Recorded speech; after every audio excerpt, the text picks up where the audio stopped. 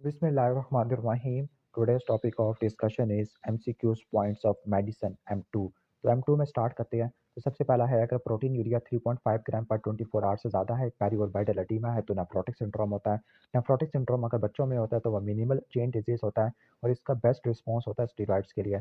और जो minimal change disease के अंदर जो ग्लोमेरुलस होता है वो नॉर्मल होता है, लेकिन इलेक्ट्रॉन माइक्रोस्कोपी कराओगे तो फुट प्रोसेस ऑफ ग्लोमेरुलस की जो पोटोसाइट की फुट प्रोसेस होती है उनकी इफेसमेंट होती है। जो नेफ्रोटिक सिंड्रोम अडल्ट में होता है वह मेम्ब्रेनस नेफ्रोपैथी होता है। और जो नेफ्रोटिक सिंड्रोम कोकीन वाले इंडिविजुअल में देखने को मिलता है, कोकीन में, एचआईवी में, तो वो फोकल सेगमेंटल ग्लोमेरुलर स्क्लेरोसिस होता है। अगर प्रोटीन यूरिया 3.5 से कम हो और हीमाचूरिया हो, हाइपरटेंशन हो, एडीमा देखने को मिले, तो वो कौन सा होता है? वो नेफ्राइटिक सिंड्रोम होता है, जिसको ग्लोमेरुलर नेफ्राइटिस भी कहते होते हैं। अगर फ्रेंजाइटिस की हिस्ट्री है, लेस देन 1 वीक है और नेफ्राइटिक सिंड्रोम आ रही है, तो आईजीए नेफ्रोपैथी है। अगर 1 से लेकर 4 हफ्ते है, तो वो पोस्ट स्ट्रेप्टोकोकल ग्लोमेरुलर नेफ्राइटिस होता है। आईजीए में कॉम्प्लीमेंट्स नॉर्मल होता है C3 C4, जबकि पोस्ट स्ट्रेप्टोकोकल ग्लोमेरुलर नेफ्राइटिस में कम हो जाते हैं। बीपी को कंट्रोल करने के लिए आप एस इनहिबिटर ईआरबी देते हैं, जबकि डायबिटिक नेफ्रोपैथी में भी आप एस इनहिबिटर ईआरबी देते हैं हाइपरटेंशन के तौर पर। Best diagnostic finding in diabetic nephropathy तो माइक्रो एल्ब्यूमिन यूरिया होता है। Microalbuminuria 330 to 300 milligram पर 24 आवर्स एल्ब्यूमिन यूरिन में जा रहा होता है। फीचर्स ऑफ नेफ्राइटिक है और बटक्स पे रैश है, तो ये हिनोज-शॉलन पर्परा होता है। कॉम्प्लिकेशन ऑफ हिनोज-शॉलन पर्परा तो क्या होती है? इंटरसेप्शन होती है, क्लियर? स्मॉल वेसल वास्कुलाइटिस होता है, वैसे ये हिनोज-शॉलन पर्परा। पाल्पेबल पर्परा होता है, बटक्स में पेन आपको देखने को मिल सकता है, जॉइंट्स में पेन होता है, एब्डोमिनल पेन होता है, माइक्रोस्कोपिक हीमाचूरिया होता है। Veg shape area in the kidney तो रीनल इन्फेक्शन को शो करता है। रीनल पैपिलरी नेक्रोसिस में आपको देखने को मिलता है। बायलैटरल लंबर स्वेलिंग है और हीमाचूरिया है, तो बायलैटरल पेन, पाल्पेबल स्वेलिंग है और हीमाचूरिया है, that means polycystic kidney disease है। इन्वेस्टिगेशन और चॉइस अल्ट्रासाउंड कराते होते हैं मेन, वैसे अल्ट्रासाउंड स्क्रीनिंग के लिए करते हैं, मेन तो एमआरआई होती है। इसके बाद है फ्लूइड और प्रोटीन की रिस्ट्रिक्शन पॉलीसिस्टिक किडनी डिजीज में देते होते हैं। यूनिलैटरल मैस है लंबर रीजन पे और हीमाचूरिया है, ओके, मैस एब्डोमिनल पेन हीमाचूरिया तो आरसीसी में देखने को मिलता है। आरसीसी आपको वॉन हिप्पोलिंडो सिंड्रोम में देखने को मिलता है। और कौन से पैरानियोप्लास्टिक सिंड्रोम होते हैं आरसीसी में? पॉलीसाइथीमिया हो सकता है, सिंड्रोम ऑफ इनएप्रोप्रिएट एटीएच हो सकता है, टर्निन प्रोड्यूस कर सकता है, ठीक है। यूनिलैटरल मैस लंबर एरिया में हो, बच्चों में हो और हीमाचूरिया हो तो विम्स ट्यूमर होता है। डल पेन है लंबर रीजन पे और हीमाचूरिया है तो रीनल स्टोन है। और अगर कोलिकी पेन है लंबर एरिया पर, ग्रोइन में और लॉइन में जा रहा है तो यूरेट्रिक स्टोन होता है। किडनी के लिए, रीनल स्टोन के लिए, दोनों के लिए इन्वेस्टिगेशन और चॉइस कौन सी होती है? नॉन कंट्रास्ट सीटी स्कैन होती है। लेकिन फर्स्ट आपने कराना होता है, फर्स्ट इन्वेस्टिगेशन एक्सरे के यूवी, अगर अवेलेबल नहीं है तो अल्ट्रासाउंड, और जो इन्वेस्टिगेशन और चॉइस है वो नॉन कंट्रास्ट सीटी स्कैन है। इन्वेस्टिगेशन और चॉइस फॉर आरसीसी तो क्या होती है? वो कंट्रास्ट सीटी स्कैन होती है। ओके, सही हो गया। ओके, तो कौन सी होती है? कंट्रास्ट एनहांस सीटी स्कैन है। वीपीएच आपको ट्रांजिशनल जोन में देखने को मिलता होता है। प्रोस्टेट का जो कैंसर है वो पेरिफेरल जोन या पोस्टीरियर लोब में इन्वॉल्व होता है। ओके, प्रोस्टेट की कैंसर में पीएसए का लेवल 10 से या 20 से ज़्यादा हो जाता है। Most common cause of UTI तो वो ई कोलाई होता है। प्रोस्टेटाइटिस स्टफ ओरियस की वजह से होता है।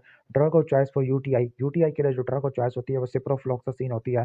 पेन अगर कोस्टोवर्टिब्रल एंगल पे आपको देखने को मिल रहा है और फीवर है तो एक्यूट पायलोनेफ्राइटिस है। अगर बायलैटरल लोअर एब्डोमिनल पेन है और फीवर है तो यूटीआई को इंडिकेट कर रहा है। अगर हिमाचूरिया है, ठीक है, दैट मीन्स ग्लोमेरुलोनेफ्राइटिस हुआ है, कैटरेक्ट की हिस्ट्री है और सेंसोरी न्यूरल हेयरिंग लॉस है तो ये अल्पोर्ट सिंड्रोम होता है, क्लियर। अगर पल्मोनरी हैमरेज है और हिमाचूरिया है तो वो गुड पास्चर सिंड्रोम है। एंटीजीबीएम एंटीबॉडी गुड पास्चर सिंड्रोम में होती है। नेफ्रेटिक सिंड्रोम में फ्लूइड लंग में जमा हो जाता है, लेकिन गुड पास्चर सिंड्रोम में क्या होता है? पल्मोनरी हैमरेज आपको देखने को मिलेगा। Sudden oliguria acute kidney injury में होता है। मोस्ट कॉमन काज ड्रग इंड्यूस होता है। Most common cause of CKD hypertension किया डायबिटीज की वजह से होता है, वैसे डायबिटीज लिखा हुआ है। सीकेडी में हिस्ट्री मंथ्स में और ईयर्स में होती है। यूरिया क्रिएटिनिन का लेवल ज़्यादा होता है। Best diagnostic test for CKD क्या होता है? क्रिएटिनिन होता है बेस्ट डायग्नोस्टिक टेस्ट, जो कि डिफरेंशिएट कराने के लिए अल्ट्रासाउंड करते हैं। इसके बाद है कि कॉम्प्लिकेशन ऑफ सीकेडी, हाइपरक्लीमिया हो सकता है, हाइपोनेट्रीमिया है, hyperphosphataemia, hyperuricaemia, hypocalcaemia, pericarditis, anaemia, osteodystrophy है। Cause of anaemia in CKD decrease erythropoietin की वजह से होता है। ओके, अब जो इंडिकेशन है डायलिसिस की वही सेम है जो कि सीकेडी की कॉम्प्लिकेशन होती है। निमोनिक है मारूफ, मेटाबॉलिक एसिडोसिस है, ए से एन्यूरिया या ओलिगोयूरिया होता है, आर से रेजिस्टेंट हाइपरलीमिया होता है, यू से यूरेमिक पेरिकार्डाइटिस, यूरेमिक एन्सेफलोपैथी और एफ से फ्लूइड ओवरलोड हो सकता है, पल्मोनरी एडीमा हो सकता है। ग्राफ्ट रिजेक्शन, रीनल ट्रांसप्लांट के बाद जो रिजेक्शन होता है वो साइटोमेगालो वायरस की वजह से होता है। हाइपर एक्यूट होता है, पहले से बनी बनाई एंटीबॉडीज होती है।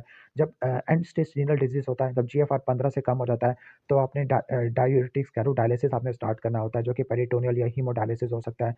नेक्स्ट आगे चलते होते हैं most common feature of bladder cancer, तो ब्लैडर कैंसर में पेनलेस हीमाचूरिया होता है। Most common cancer transitional cell cancer होता है। ओके, और जो काज ऑफ ब्लैडर कैंसर है शिस्टोसोमियासिस की वजह से स्क्वेमस सेल कार्सिनोमा होता है, डाई रबर साइक्लोफॉस्फोमाइड की वजह से ट्रांजिशनल सेल कैंसर होता है। Investigation of choice for nephrotic syndrome, तो नेफ्रोटिक सिंड्रोम में रीनल बायोप्सी करा लोगे, यूटीआई में आप यूरिन कल्चर करा लोगे, एसिड बेस इलेक्ट्रोलाइट पे आ जाते हैं, टाल्ट एंटी टी वेव है, वाइट क्यूआरएस कॉम्प्लेक्स है, हाइपोक्लीमिया में होता है, यू वेव है और प्रोलॉन्ग पीआर इंटरवल है, तो हाइपोक्लीमिया में देखने को मिलता है। काज ऑफ हाइपोक्लीमिया, तो हाइपोक्लीमिया की क्या काज होते हैं? कुशिंग सिंड्रोम में होता है हाइपोक्लीमिया, कौन सिंड्रोम में होता है? लूप डायबिटीज की वजह से हो सकता है।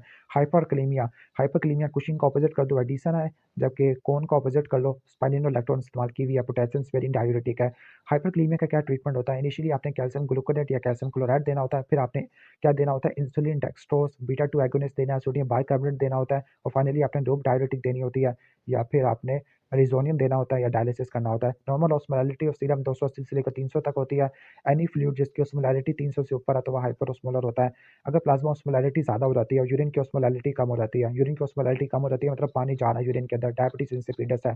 उल्टा कर दो, मतलब यूरिन की ऑस्मोलैरिटी ज़्यादा है मतलब पानी कम जा रहा है यूरिन में, तो सिंड्रोम ऑफ इनएप्रोप्रिएट एडीएच है। Drug of choice for syndrome of inappropriate ADH तो डिमेक्लोसाइक्लिन होती है। Drug of choice for diabetes insipidus तो डेस्मोप्रेसिन होती है। डायबिटीज इंसिपिडस के लिए जो टेस्ट करते हैं वो वाटर डेप्रिवेशन टेस्ट करते हैं। अगर आपको बोन पेन है, पेप्टिक अल्सर है और पोलीयूरिया है, बोन पेन बोन्स मोन्स ग्रोन्स बताया गया, तो हाइपरकैल्सीमिया में देखने को मिलता है। टेटिनी है, टेटिनी में आपको चॉपस्टिक साइन और ट्रोजियो साइन देखने को मिलता है हाइपोकैल्सीमिया की वजह से। Prolong QT interval hypocalcaemia hypomagnesaemia hypokalaemia की वजह से होता है। काज ऑफ मेटाबॉलिक एसिडोसिस, जिसमें नॉर्मल एनायन गैप होता है, जो नगमा होता है उसके बहुत सारे काजेस होते हैं, लाइक हाइपर एलिमेंटेशन है, एस्ट्राजोलामाइड है, इसके अलावा रीनल ट्यूबुलर एसिडोसिस है, डायरिया है, इनकी वजह से होता है। Type of breathing in metabolic acidosis, तो वो कुस्मोल ब्रीदिंग होती है, ठीक है। जो कंपनसेटरी मैकेनिज्म होता है मेटाबॉलिक एसिडोसिस में, वो रेस्पिरेशन से निकलता है हाइपरवेंटिलेशन की फॉर्म में, जिसको कुस्मोल ब्रीदिंग कहते हैं। मेटाबॉलिक एसिडोसिस कब लेबल करते हैं? जब पीएच 7.3 से कम होगी, बाइकार्बोनेट भी कम होगा, और CO2 ज़्यादा भी हो सकता है, कम भी हो सकता है, ठीक है। ओके, अगर कंपनसेशन चाहिए रेस्पिरेटरी से तो CO2 को आपको 40 से कम करना होगा। मेटाबॉलिक एल्कलॉसिस में पीएच 7.4 से ज़्यादा होती है, बाइकार्बोनेट आपको 24 से ज़्यादा देखने को मिलेगा, और अगर कंपनसेशन चाहिए तो CO2 को 40 से ऊपर ज़्यादा होना चाहिए। काज ऑफ मेटाबॉलिक एल्किलोसिस आपको कौन सिंड्रोम में देखने को मिल सकती है? वॉमिटिंग में भी देखने को मिल सकती है, ठीक है। ओके, वॉमिटिंग में क्या होता है? हाइड्रोजन रिच फ्लूइड निकल जाता है, जबकि डायरिया मेटाबॉलिक एसिडोसिस करवाता है, वॉमिटिंग मेटाबॉलिक एल्किलोसिस करवाती है। हाइपरवेंटिलेशन आपको यानी hyperventilation occurs in metabolic acidosis है, ये कंपनसेशन मैकेनिज्म लिखिएगा। रिस्पिरेटरी एसिडोसिस ये भी सारा आप कर लोगे। काज ऑफ रिस्पिरेटरी एल्किलोसिस क्या होती है? एंजाइटी, हाइपरवेंटिलेशन है, पल्मोनरी एम्बोलिज्म है, या फिर आपको पैनिक अटैक्स, इसकी वजह से आपको हाइप रिस्पिरेटरी एल्किलोसिस देखने को मिल सकती है due to CO2 wash out. इसके बाद नेक्स्ट है type of tremor in thyrotoxicosis, तो थायरोटॉक्सिकोसिस में फाइन ट्रेमर्स आपको देखने को मिलती है। वार्म स्वेटी हैंड होता है, जब भी आपको वेट लॉस मिलेगा, हॉट स्वेटी हैंड है और एपिटाइट बढ़ गया है तो हाइपरथायरॉयडिज्म होता है। हार्ट प्रॉब्लम इन थायरोटॉक्सिकोसिस में जो हार्ट प्रॉब्लम होती है एट्रियल फिब्रिलेशन की वजह से होती है, और साइनस टैकीकार्डिया होगा। साइनस ब्रेडिकार्डिया हाइपोथायरॉयडिज्म में होता है। हाइपरथायरॉयडिज्म में एंजाइटी होती है, जबकि हाइपोथायरॉयडिज्म में डिप्रेशन आपको देखने को मिलती है। थायरोटॉक्सिकोसिस में एक्सोप्थाल्मोस, लिड लैक, लिड रिट्रैक्शन है, लिड लैक को वॉन ग्राफी साइन बोलते हैं, लिड रिट्रैक्शन को डायलरिम्पल साइन बोलते हैं। हाइपरथायरॉयडिज्म में गायनिकोमास्टिया होता है, जबकि हाइपोथायरॉयडिज्म में गैलेक्टोरिया देखने को मिलता है। Loss of lateral side of eyebrows loss होना शुरू हो गया है, तो ये आपको हाइपोथायरॉयडिज्म है, इसके अलावा शियान सिंड्रोम में भी देखने को मिल सकता है। ड्राई स्किन है, कोल्ड इंटॉलरेंस है, वेट गेन है, लॉस ऑफ एपिटाइट है, तो ये आपको हाइपोथायरॉयडिज्म में देखने को मिलता होता है, ठीक है। ड्राई स्किन है, कोल्ड इंटॉलरेंस है, वेट गेन है। फाइंडिंग इन थायरोटॉक्सिकोसिस में T3 T4 ज़्यादा होगा, TSH कम होती है। हाइपोथायरॉयडिज्म में T3 T4 आपको कम मिलता है, TSH ज़्यादा होता है। Treatment of hypothyroidism in pregnancy, first trimester में प्रोपाइल थायरोसिल है, सेकंड और थर्ड में आप कार्बिमेजोल देते होते हैं, ठीक है। रेडियो आयोडीन ये प्रेगनेंसी में कॉन्ट्राइंडिकेटेड होती है। थायरोटॉक्सिकोसिस में ट्रेमर को रोकना तो बीटा ब्लॉकर दे दोगे। हाशिमोटो में एंटीथायरोग्लोबुलिन एंटीथायरोपेरोक्सिडेज एंटीबॉडी होती है।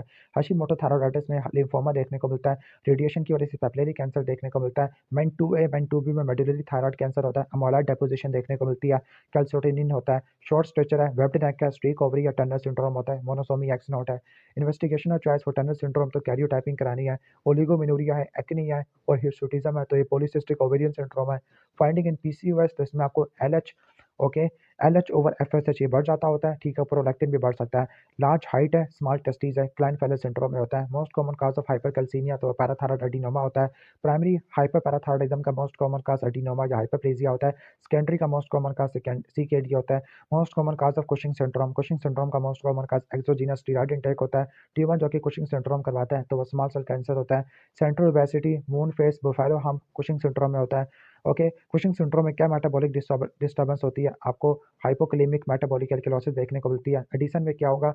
हाइपरकैलेमिक मेटाबॉलिक एसिडोसिस है। कुशिंग सिंड्रोम में जो गोल्ड स्टैंडर्ड होता है 24 आवर यूरिनरी कोर्टिसोल मेजरमेंट्स आती है। क्या ये गोल्ड स्टैंडर्ड है? वैसे तो बुक में स्क्रीनिंग लिखा हुआ है। ब्लैकिश पिगमेंटेशन ओवर द नक्कल्स है, हाइपोटेंसिव है और हाइपरकैलेमिया तो एडिशन डिजीज है। टेस्ट फॉर एडिशन तो एसीटीएस स्टिमुलेशन टेस्ट करवाते हैं। अगर इमरजेंसी कंडीशन आ जाए एडिशन की तो उसको डिसोरियन क्राइसिस कहते हैं, और अगर हाइपोथायरायडिज्म की इमरजेंसी कंडीशन है उसको मिक्सोडीमा कोमा कहते हैं। ड्रग और चॉइस फॉर फियोक्रोमोसाइटोमा, पहले फिनोक्सीबेंजामिन देते हैं, फिर बीटा ब्लॉकर लाइक प्रोपेनोलोल देते हैं, फिर सर्जरी कर देते हैं। फाइंडिंग इन फियोक्रोमोसाइटोमा तो विनाइल मेंडेलिक एसिड ज़्यादा होता है, क्रोमोग्रेनिन ज़्यादा होता है, प्लाज्मा मेटानेफ्रिन लेवल कराते हैं। एम्बिगो जेनिटलिया कंजेनिटल रेटिनल हाइपरप्लेजिया की वजह से देखने को मिलता है। 21 बीटा हाइड्रोक्सिलेज की डेफिशिएंसी की वजह से होता है। Wheezing, flushing, diarrhoea, carcinoid tumour में होता है। इसमें आपने ऑक्टेट्रैट देना और सर्जरी करनी है, ट्यूमर की रिसेक्शन करनी होती है, ठीक है। इसके बाद एमेनोरिया है। एमेनोरिया, गैलेक्टोरिया आपको देखने को मिलता है। Amenorrhoea, galactorrhoea, loss of libido, prolactinoma में होता है। इसमें ब्रोमोक्रिप्टिन देना होता है, कैपरकोलिन है और ट्रांसफिनाइडल सर्जरी करनी होती है। लार्ज हैंड, लार्ज फीट है, कपड़ों का size, increase size of clothes है तो एक्रोमेगाली होता है, ट्रीटमेंट ट्रांसफिनाइडल सर्जरी होता है। और जो इन्वेस्टिगेशन होता है इनिशियली आपने आईजीएफ-1 कराना होता है और फाइनली क्या होता है ओरल ग्लूकोज टॉलरेंस टेस्ट है। कार्पल टनल सिंड्रोम हाइपोथायरॉयडिज्म में होता है, एक्रोमेगाली में होता है, मल्टीपल माइलोमा में होता है। मेनवेन सिंड्रोम में 3P होते हैं, पैराथायरॉयड का कैंसर है जिसमें आपको पैराथायरॉयड का होता है देखने को मिलता है, एडिनोमा देखने को मिलता है, ठीक है। पैनक्रियाटिक में आपको गैस्ट्रिनोमा देखने को मिलता है और पिट्यूटरी में प्रोलैक्टिनोमा होता है। MEN2A में क्या होता है? हाइपरपैराथायरॉयडिज्म है। इसके अलावा मेडुलरी थायरॉइड कैंसर और फियोक्रोमोसाइटोमा होता है। पॉलीयूरिया, पॉलीडिप्सिया, ओ ठीक है, और प्लाज्मा ऑस्मोलैरिटी रेज़्ड है, रेज़ प्लाज्मा ऑस्मोलैरिटी है और यूरिन की ऑस्मोलैरिटी कम है। यूरिन की ऑस्मोलैरिटी कम है मतलब पानी सारा रीअब्ज़ॉर्ब हो गया, ठीक है। सॉरी, पानी कोई भी रीअब्ज़ॉर्ब नहीं हुआ, सारा का सारा यूरिन में चला गया, तो वो डायबिटीज़ इंसिपिडस होता है। वाटर डेप्रिवेशन टेस्ट कराओगे और ट्रीटमेंट में डेस्मोप्रेसिन दोगे। Cardiac problem in Turner syndrome में हॉर्सशू किडनी होती है, बाइकस्फिड एयोर्टिक वाल्व होता है, कोआक्टेशन ऑफ एयोर्टा होता है। डायबिटीज़ मेलाइटस के बारे में पढ़ लेते हैं। बेस्ट टेस्ट फॉर डायबिटीज़ जो कन्फर्मेशन के लिए होता है वो ओजीटीटी होता है। प्री डायबिटिक्स में क्या होता है? आरबीएस आपको 140 से लेकर 200 के दरमियान में होता है, जबकि फास्टिंग ब्लड ग्लूकोज लेवल 100 से लेकर 125 के दरमियान में होता है। डायबिटीज़ में क्या होता है? आरबीएस 200 से ऊपर होगा, फास्टिंग ब्लड शुगर लेवल 126 से बराबर होगा और 6.5 से ज़्यादा HbA1c होगा। टाइप 1 डायबिटीज़ ऑटोइम्यून होती है, HLA, DR3, DR4 की वजह से होती है। पॉलीयूरिया, पॉलीडिप्सिया, पॉलीफेजिया डायबिटीज़ के कार्डिनल फीचर होते हैं। डेंजरस कॉम्प्लिकेशन ऑफ डायबिटीज़ तो हाइपोग्लाइसीमिया होती है, सही है, डेंजरस होती है, बंदे की डेथ भी हो सकती है।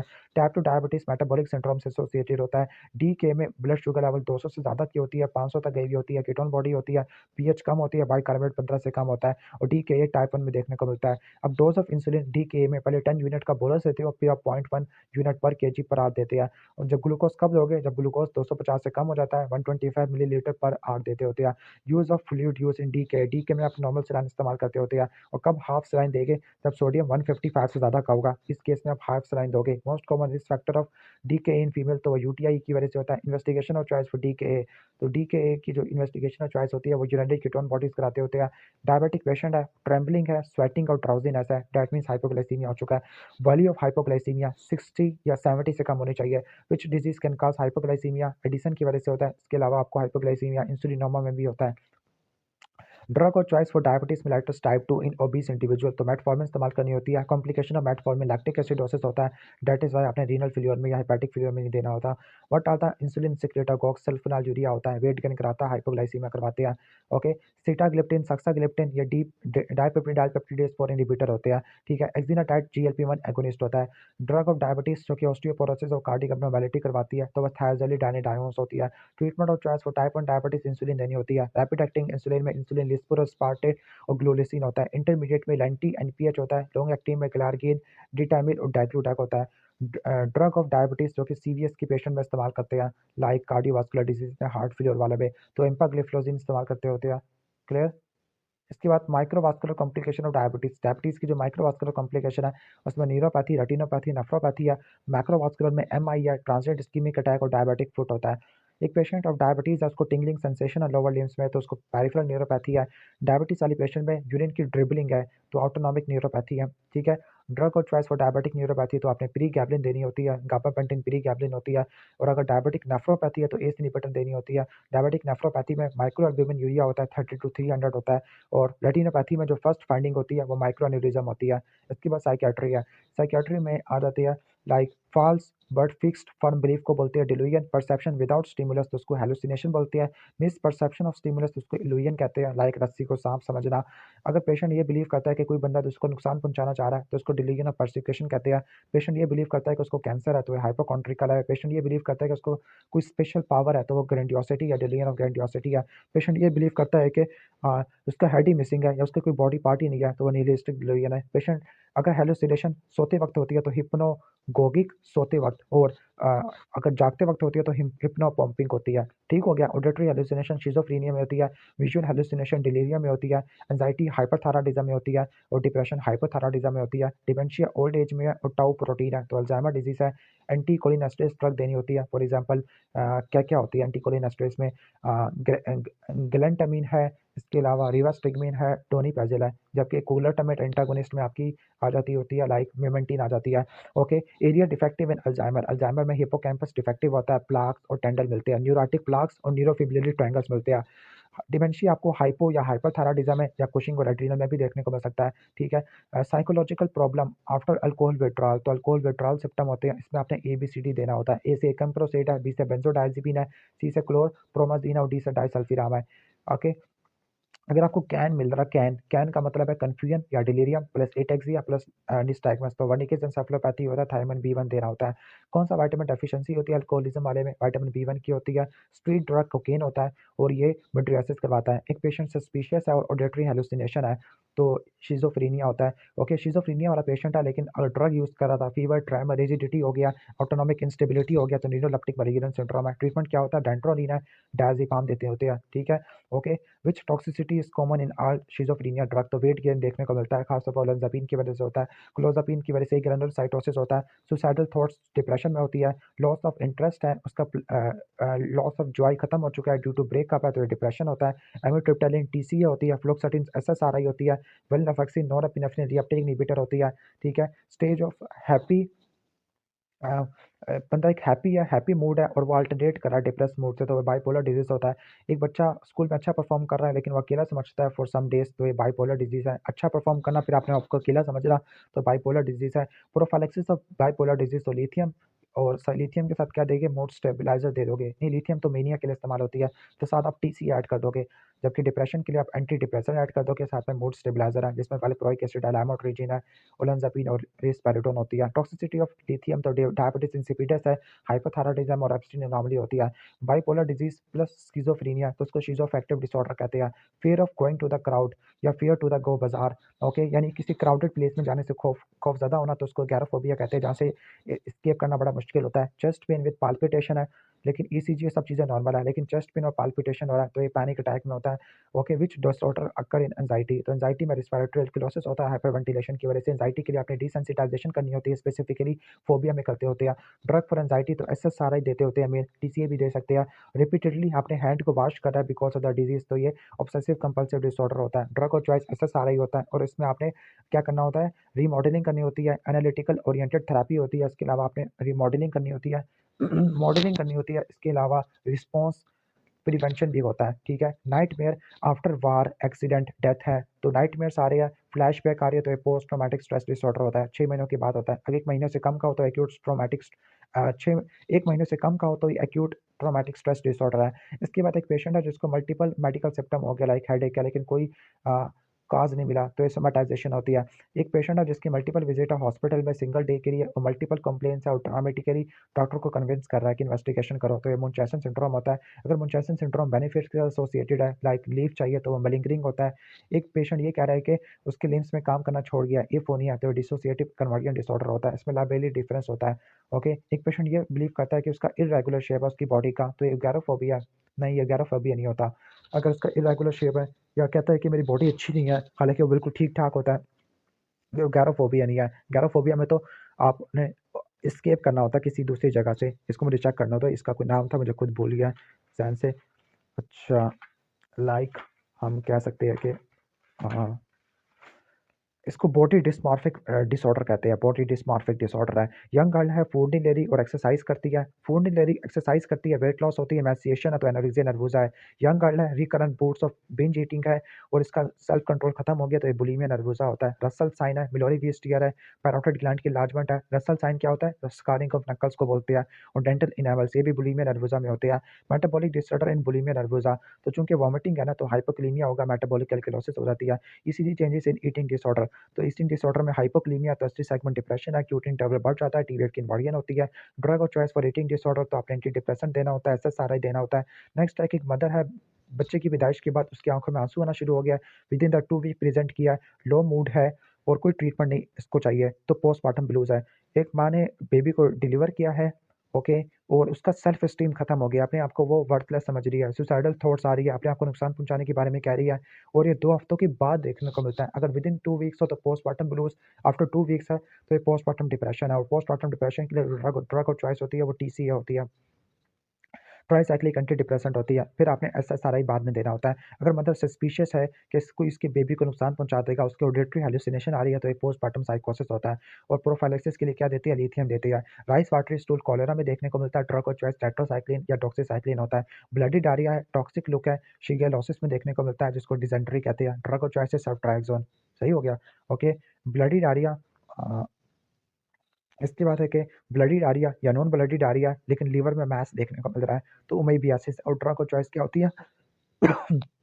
मेट्रोनिडाज़ोल होती है। फूल स्मेलिंग ग्रीजी स्टूल है, ट्रोफोजॉइड स्टूल में मिल रही है तो ये जियार्डियासिस होता है। ड्रग और चॉइस मेट्रोनिडाज़ोल होती है। क्रोनिक डायरिया 14 डेज से ज़्यादा का होता है। स्पेसिफिक इन्वेस्टिगेशन डायरिया की केस में, लाइक ब्लडी डायरिया, तो आपने स्टूल कल्चर कराना होता है। स्टेप लैडर फीवर है, क्रॉस स्पोर्ट्स एब्डोमेन के ऊपर, तो टाइफाइड फीवर है। टेकीकार्डिया फीवर में होता है, लेकिन टाइफाइड फीवर में रिलेटिव ब्रेडिकार्डिया होता है। ल्यूकोपीनिया कोविड में होती है, कोविड-19 में देखने को मिलता है और टाइफाइड में देखने को मिलता है। फर्स्ट वीक में आप ब्लड कल्चर करते हैं, सेकंड वीक में आपको विडाल टेस्ट करते हैं, थर्ड वीक में आप स्टूल कल्चर और फोर्थ वीक में आप यूरिन कल्चर करते हैं। ड्रग और चॉइस फॉर टाइफाइड फीवर तो सिप्रोफ्लॉक्सासिन होती है, ठीक है। बाकी क्लोरामफेनिकोल है, अमोक्सिसिलिन है और ट्राइमेथोप्रिम सल्फामेथोक्सोसोल है, ये फर्स्ट लाइन होती है। और अगर इनसे रेजिस्टेंस आ जाए तो इसको एमडीआर बोलते हैं। Typhoid, TB, Crohn's terminal ileum को अफेक्ट करते हैं। टीबी क्रॉन्स ये ऑलमोस्ट हो जाएगा। डायग्नोस्टिक टेस्ट ऑफ पोलियो, तो वो स्टूल कल्चर होता है। इरेगुलर वीकनेस और पैरालिसिस ऑफ मसल है। और डिसेंडिंग पैरालिसिस आपको पोलियो में देखने को मिलती है। असेंडिंग सिमेट्रिकल पैरालिसिस होती है, जीबीएस में होती है। पोलियो आपको इंटीरियर हॉर्न सेल्स को डैमेज कर देता है। व्हाइटिश मेम्ब्रेन फेरेंजियल वाल लैरिंक्स पे बनी है और पेरिकार्डियम पे बनी है, तो डिप्थीरिया होता है। बुल नेक लिम्फेडिनोपैथी डिप्थीरिया में देखने को मिलती है। डोज ऑफ डिप्थीरिया टॉक्सिन, अगर ड्यूरेशन 2 दिन का है तो डोज कितनी देनी है? 20 से लेकर 40,000 है एंटी टॉक्सिन की। अगर ड्यूरेशन 3 दिन का है तो 80 से लेकर 1 लाख तक देनी होती है। कफ फॉलोड बाय वॉमिटिंग है, cough followed by post tussive vomiting, तो ये परट्यूसिस होता है। ड्रग और चॉइसेस एरिथ्रोमाइसिन है।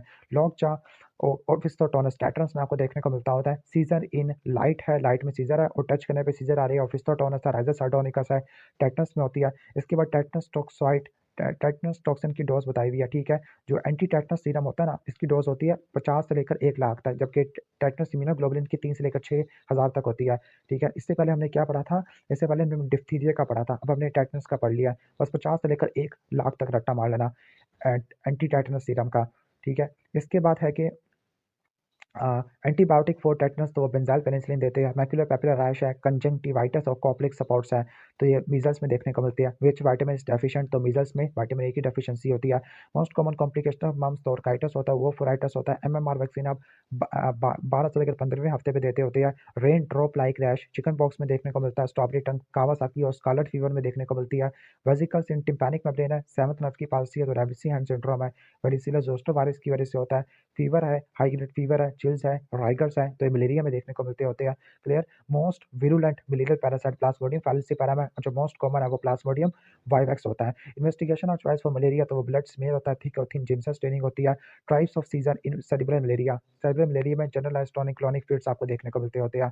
ब्लैक वाटर फीवर मलेरिया में देखने को मिलता है। ड्रग और choice for malaria in pregnancy, तो प्रेगनेंसी में अपने क्लोरोक्विन इस्तेमाल कर सकते होते हैं। Large incubation period of large incubation period Plasmodium malaria में देखने को मिलता है। लीस्ट इंक्यूबेशन पीरियड प्लाज्मोडियम फैलेसिपेरम में होता है। पेरी और बाइटल पेन है, जॉइंट में पेन है और गम्स में ब्लीडिंग है, ठीक है। तो रिट्रोबिटल पेन, गम्स में ब्लीडिंग और जॉइंट पेन डेंगू को इंडिकेट करता है। एडिस एजिप्टाई की वजह से होता है। अगर किसी डेंगू के पेशेंट को हाइपोटेंशन है और ठीक है, ओके, हाइपोटेंशन है, टैकीकार्डिया है ओके, पल्स बढ़ी हुई है, कोल्ड एक्सट्रीमिटी है, that means dengue shock syndrome है। सीबीसी डिसऑर्डर क्या होता है डेंगू में? हेमाटोक्रिट बढ़ता है, ल्यूकोपीनिया होता है, थ्रोम्बोसाइटोपिनिया होता है।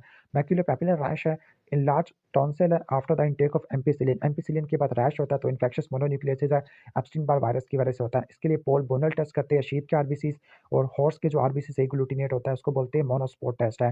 लिशमिनियासिस सैंड फ्लाई की वजह से होता है। रेबीज वायरस की जो प्री एक्सपोजर प्रोफाइलैक्सिस है, प्री एक्सपोजर प्रोफाइलैक्सिस आप 0, 7, 21 और 28, 0, 7, 21, 28 पे देते हैं। और जो पोस्ट एक्सपोजर प्रोफाइलैक्सिस है, अगर प्रीवियसली वैक्सीनेटेड था तो 2 डोज देते हैं, 0, 3 पे देते हैं, वरना तीसरी 28 दिन पे भी दे सकते हैं। विच पैरासाइट कॉजेज अनीमिया? तो वो इनसेलोस्टोमा डुडिनेली होता है, आयरन डेफिशिएंसी अनीमिया करवाता है। पेरिनल ईचिंग आपको एंट्रोपिस वल्मिक्युलारिस की वजह से देखने को मिलती है। सही है। इसके बाद नेक्स्ट हम आगे आ जाते हैं, लाइक आपका रेक्टल प्रोलैप्स है, ये ट्राइचूरस ट्राइचूरिया की वजह से होता है। ड्रग और चॉइस फॉर एस्कैरिस तो मेबेंडाजोल होती है, एल्बेंडाजोल, मेबेंडाजोल, पेरेंटल पामोइट है। कैटरैक्ट है, पीडी है, हियरिंग लॉस है। ओके, तो ये आपको रुबेला में देखने को मिलता है, कॉन्जेनिटल रुबेला सिंड्रोम है, कोरियोरेटिनाइटिस है और सेरेब्रल कैल्सिफिकेशन है, तो ये आपको देखने को मिलती है। ओके, और ये कैंसी कैल्सिफिकेशन होगी, पेरीवेंट्रिकुलर कैल्सिफिकेशन होगी, टॉक्सोप्लाज्मोसिस में होती है। ड्रग और चॉइस सल्फा डियाजिन एंड पिरामिथामिन, ये ड्रग और चॉइस होती है। माइक्रोसेफेली और पेरीवेंट्रिकुलर, सॉरी इसमें पेरीवेंट्रिकल तो साइटोमेगालो वायरस में है। अच्छा, सही है। ओके, अच्छा, टेम्पोरल लोब अफेक्टेड होता है, हर्पीस सिम्प्लेक्स वायरस के इन्फेक्शन में होता है। ठीक है, हर्पीस सिम्प्लेक्स वायरस इंसेफ्लाइटिस में आपको देखने को मिलता होता है। क्लियर? सही है। Types of hepatitis by blood transfusion, तो ब्लड ट्रांसफ्यूजन से हेपेटाइटिस बी और सी फैलता होता है। प्रेगनेंसी में हेपेटाइटिस ई होता है। सैलरेज वेरिकल में लेप्टोस्पायरोसिस देखने को मिलता है। ड्रग और चॉइस डॉक्सीसाइक्लिन होती है। स्विंगिंग फीवर आपको ब्रूसिलोसिस में देखने को मिलता है, इसमें हेपाटोसप्लीनोमेगाली भी होती है। फीवर स्विंगिंग फीवर होता है। लाइन लाइक फेस है, थिकन नर्व है, थिकन स्किन है, लेप्रोसी में होती है। ड्रग और चॉइस डेप्सोन होती है। अगर CD4 काउंट 200 से कम है तो निमोनिसिस जरूर बताई है। अगर 200 से लेकर 500 है तो टीबी लिम्फोमा हो सकता है, 100 से कम है तो साइटोमेगालो वायरस हो सकता है, टोक्सोप्लाज्मोसिस, टोक्सोप्लाज्मोसिस को रट्टा मार लेना। चैनकर और कंडालोमा अक्यूमिनेटा सिफिलिस में होता है। ड्रग और चॉइस बेंजेथिन पेनिसिलिन होती है। कर्डी वाइट डिस्चार्ज वजाइना में तो वो कैंडिडियासिस होता है, क्लोट्रिमाजोल दोगे। येलो ग्रीन डिस्चार्ज है, ट्राइकोमोनास वेजिनालिस में देखने को मिलती है। ड्रग और चॉइस मेट्रोनिडाजोल। फिशी ऑर्डर है और क्लू सेल मिल रही है तो बैक्टीरियल वजाइनोसिस है, गार्डिनेला वजाइनालिस है। वन सेकंड, ड्रग और चॉइस मेट्रोनिडाजोल है। ड्रग और चॉइस फॉर गोनोरिया तो सब ट्राइक्सोन होती है। क्लैमिडिया के लिए आप एजिथ्रोमाइसिन और डॉक्सीसाइक्लिन ऐड कर सकते होते हैं। स्क्रीनिंग टेस्ट फॉर एड्स तो P24 एंटीजन को आप स्क्रीनिंग करोगे, इसके अलावा एलाइजा से देखते हैं P24 एंटीजन है। और कंफर्मेशन के लिए आप क्या करते हैं, कंफर्मेशन के लिए आप करते होते हैं वेस्टर्न ब्लॉटिंग है। वायरल लोडिंग कैसे देखोगे, PCR से देखोगे। व्हाइटिश मेम्ब्रेन इन माउथ है एड्स वाले पेशेंट में तो वो कैंडिडियासिस की वजह से होती है। हाइड्रेटेड सिस्ट काइनोकोकस ग्रानुलोसिस की वजह से होती है। ड्रग और चॉइस अल्बेंडाजोल होती है। रोमाना साइन है और एक्लेजिया हो गया तो ये शगास डिजीज में देखने को मिलता है, कास्बर्ग ट्राइपोनोसोमा। ल्यूडोविक बग की वजह से होता है। और ट्राइपेनोसोमा क्रूजाई के लिए क्या करते हैं, निफर टू मिक्स इस्तेमाल करते हैं। स्लीपिंग सिकनेस सर्सी फ्लाई की वजह से होती है। ठीक है। मलेरिया और येलो फीवर दोनों एनोफिलीज मॉस्किटो से हो सकते हैं। ठीक है। मैक्यूलोपैपुलर रैश ऑन चीक है, चीक है तो स्कारलेट फीवर की वजह से मैक्यूलोपैपुलर रैश होगा। स्लैप चीक सिंड्रोम नहीं हो सकता क्या? अच्छा, स्किन पे आ जाते हैं। Vesicles around the angle of mouth, herpes simplex virus type 1 की वजह से होती है, इस साइक्लो पे इस्तेमाल करोगे। पेनफुल वेजिकल है on the side of chest, face पे था पहले, अब चेस्ट पे है और एब्डोमेन पे और पार्टिकुलर साइड पे है तो वो शिंगल्स है, herpes zoster की वजह से होता है। फोटो सेंसिटिविटी और मैलर रैश है तो SLE है। मैक्यूलोपैपुलर रैश है फेस पर और टॉन्सिल्स की इन्लार्जमेंट है, टॉन्सिल्स की इन्लार्जमेंट है, दैट मींस स्कारलेट फीवर है। मल्टीपल साइनस वुंड है on the back of the neck है और शोल्डर है तो कार्बंकल है, डायबिटीज में देखने को मिलता है, स्टाफ ओरियस की वजह से होता है। ड्रग और choice for tinea capitis oral griseofulvin terbinafine है, डर्मेटोफाइट्स के लिए टर्बिनाफिन देते हैं। ड्रग और चॉइस फॉर पिट्रियासिस वर्सिकुलर तो सिलीनियम सल्फाइड देते होते हैं। Rash and finger web scabies है, परमेथ्रिन देनी है या आइवरमेक्टिन देनी होती है। ग्रीजी फेस है, ओके, ग्रीजी फेस है, ऑयली फेस है, यानी एक्नी या पैप्यूल कोमिडोन्स है तो एक्नी वुल्गारिस होता है। ओके, पैप्यूल है, फ्लशिंग है और टिलेंजेक्टेजिया है। फ्लशिंग और टिलेंजेक्टेजिया इंडिकेट कर रहा है कि रोजेसी है।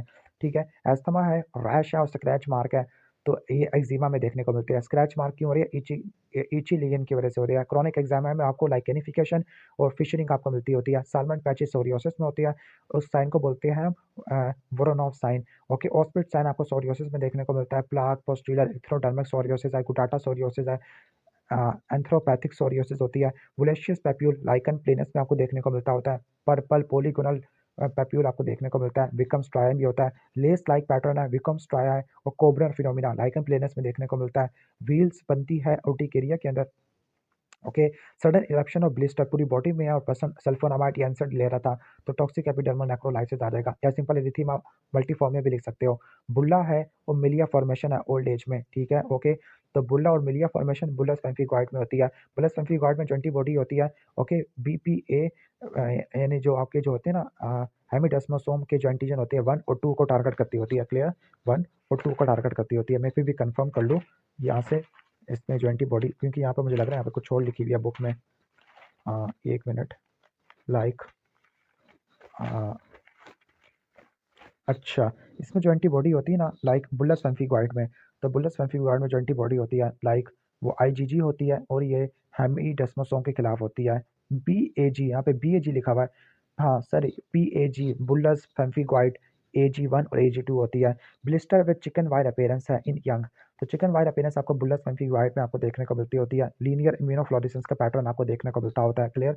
सही है। अब ऑलमोस्ट ये हो जाएगा। एंटीबॉडी पॉजिटिव इन बुल्लस पेम्फिगॉइड है, तो वन सेकेंड डेस्मोग्लिन 1 और 3 के खिलाफ बनती होती है। ठीक है, डेस्मोग्लिन 1 एंड 3 के खिलाफ बनती है। ये तो पेम्फिगस वल्गैरिस होता है। एमसीक्यू पॉइंट खराब है। निकोल्स्की साइन पॉजिटिव होता है पेम्फिगस वल्गैरिस में, टॉक्सिक एपिडर्मल नेक्रोलाइसिस में। बुल्लस पेम्फिगॉइड में पॉजिटिव नहीं होता है, मिस्टेक है यहाँ पर। स्किन मैनिफेस्टेशन इन सीलिएक डिजीज तो डर्मेटाइटिस हेपेटिफॉर्मिस होती है। ड्रग और चॉइस फॉर डर्मेटाइटिस हेपेटिफॉर्मिस तो डेप्सोन होती है। Clear? Round spherical nodule Asian पे तो इरिथेमा नोडोजम है। सार्कोइडोसिस में क्रॉन्स में देखने को मिलता है। टारगेट लियन है, बुल्स आई लियन है, इरिथेमा मल्टीफॉर्मी है। ओके, केराटोसिस है नेक वाले पेशेंट में। ओके, यानी थिकनिंग आपको, हाइपर पिगमेंटेड स्किन है ओबीस में, डायबिटिक में, और इसके अलावा कोई मैलिग्नेंसी में भी हो सकती है, तो वैकेंथासिस नाइग्रिकन है। इर्रेगुलर क्रस्ट है शिन के ऊपर, तो एरिथेमा मार्जिनेटम है। ये मैं चेक करूँगा, अभी थोड़ा मुश्किल। एरिथेमा मार्जिनेटम ऐसा होता है क्या? एरिथेमा मार्जिनेटम तो आपको उसमें देखने को मिलता है, लाइक रिमेटिक फीवर में देखने को मिलता है। ट्रांसवर्स रीजिंग ऑफ नेल एक्जिमा में देखने को मिलती है। जबकि longitudinal rising of nail psoriasis में देखने को मिलता है, और सोरियोसिस में आपको पिटिंग ऑफ नेल्स भी देखने को मिलता है। सैंड पेपर टेक्सचर नेल ये आपको लाइकन प्लेनस में देखने को मिलता है। Separation of nail from the nail bed ये सोरियोसिस में देखने को मिलता होता है। Hair sorry half and half nail CKD में होते हैं। वाइट नेल्स हाइपो एल्ब्यूमिनीमिया में देखने को मिलते हैं। स्पून शेप नेल या कोइलोनिकिया ये आपको आयरन डेफिशिएंसी एनीमिया में देखने को मिलता है। वाइट नेल ल्यूकोनिकिया बोलते हैं, हाइपो एल्ब्यूमिनीमिया में देखने को मिलते हैं, लाइक सिरोसिस में। और half and half nail CKD में देखने को मिलते हैं।